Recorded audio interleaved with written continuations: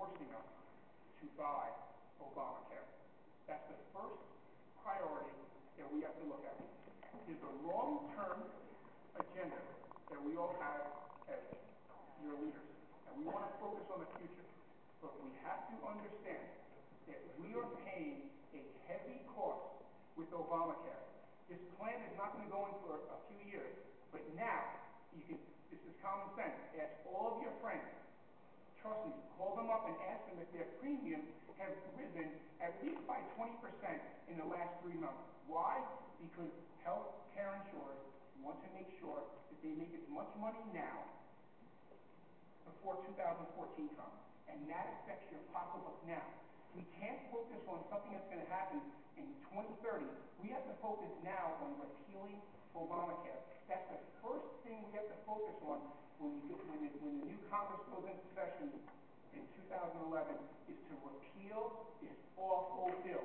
If anyone tells you that there should be another agenda, then they're telling you a lie. We have to repeal this bill and stop the insurance companies from taking more money out of our pockets for no other reason but their own self-interest.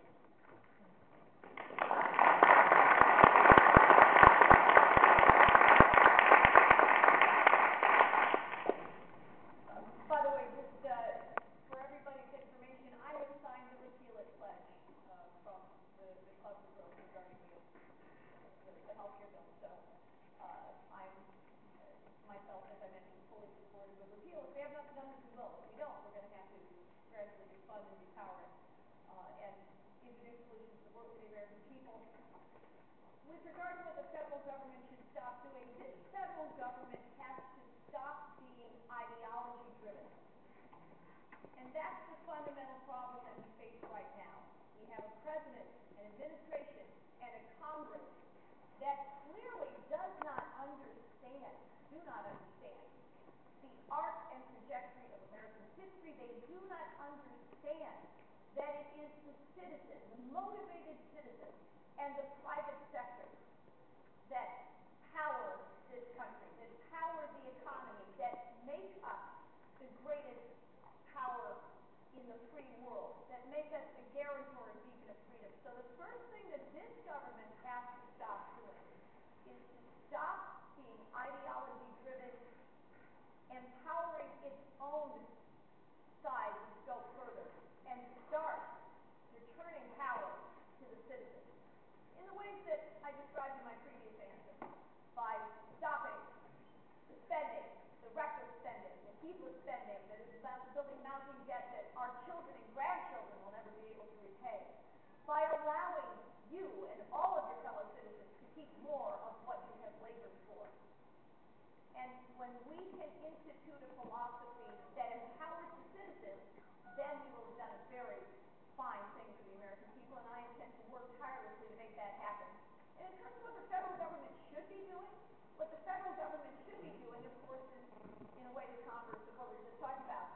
The federal government needs to believe in you, to have faith in you, as the founders and framers did. The federal government also needs, on a concrete note, to have a budget. Now, this Congress has not even passed a budget. They've passed a raft of spending bills.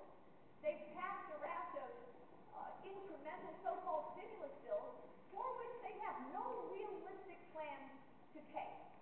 So we need to have a full accounting, no more off-the-books items, a real idea, a sound idea of what's going out and what's coming in and how we make that all smaller so that we can make the economic pie bigger by letting our private sector have the resources it needs to do what it can do with the freedom that the American people have always cherished.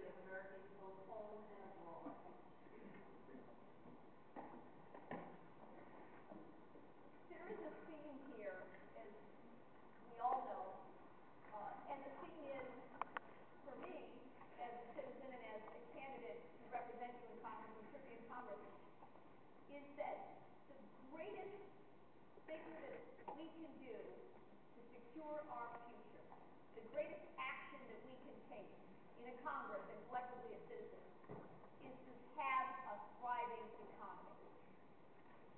The American economy was the engine of freedom in World War II, and both of my parents are World War II veterans. I mentioned that my mother is an immigrant. She served 4 years in the British Army, believe it or not in the combat role. But the reasons that we defeated the Axis forces ultimately came down to the sweat of the American brow, which powered the rest of our allied forces, who were also doing all that they could, but they didn't have what we had. They didn't have the extraordinary liberties that we had, the extraordinary resources that we had. If we are to maintain our role, and that's part of our American exceptionalism, we have a unique role in securing the free world. We are the world's biggest target. We are the world's greatest power. We have benefited therefrom in many ways, but it carries with it a heavy responsibility. The greatest good that we can do for our national security is to ensure that the American economy is strong.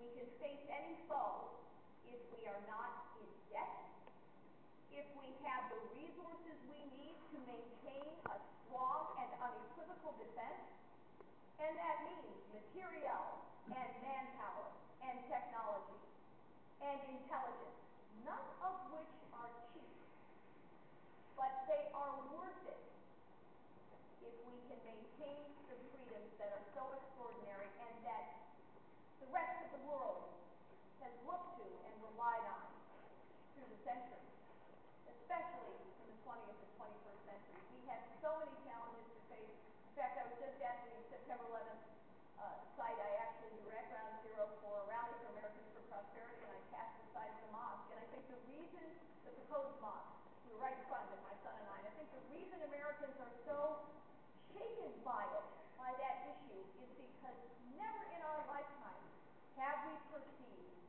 that the threat comes not only from without, and that never changes, although I hope it will someday, we can have a more peaceful world, but also from within. We are weakening ourselves from within. If we do not free the American people from the burdens that the federal government is placing on them, we cannot maintain the free world and our own nation in strength.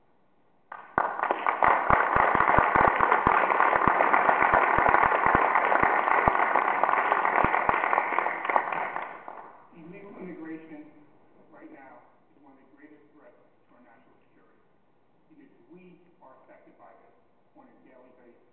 I lived in Mount Kisco, New York, which is right next to where Dr. Hayworth lives in Bedford Corners, and they have a huge illegal immigration problem. I currently live in Brewster.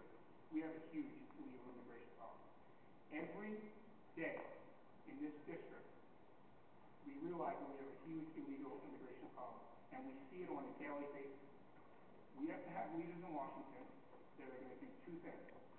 We're going to close and secure the borders, and then simply send illegal immigrants back to their native countries. That's the first step that we have to do to secure our national security at home, because we're affected by that on a daily basis. Going back to 9/11, I work on Wall Street. I was there on 9/11. I walked through the dust. The dust was all over me, and I had to walk from my job to Grand Central to get home. The dust was all over me. Papers in the financial sector were hitting me in my face when I was walking down. And I realized at that moment, as I saw the debris, and as I was walking up town, I saw the look of fear in my fellow Americans' faces. And it was simply fear and shock of what occurred. I was down there. I saw that. And illegal immigration, and them being in our country on a daily basis, we have to secure home here first before we can worry about anything else. Because when we're affected on a daily basis, whether there's crime, whether there's rape, whether there's where there's drugs involved with illegal immigration, we have to stop it now and today. We have to know where the problem lies. And the problem lies there. My opponent wants them to stay. One of the greatest threats to our economy is they're taking our jobs and to us and our personal freedoms and liberties. He wants them to stay. I want them to go. It's simple, sound policy. If someone's committing an illegal act and you want them to stay here, that's wrong. That's why we have laws. And let me tell you something. The illegals that contributed on a daily basis that affect your lives every single day, remember that. Remember that my opponent wants them to stay. So when you walk outside and you're wondering where the job is, but an illegal farmer worker has that job that you can have because you want to support your family, but they have the job instead of you. Because as a father of 5, if I have no job, I'll work at any job to support my family. But if the illegals have my job, then we're in trouble.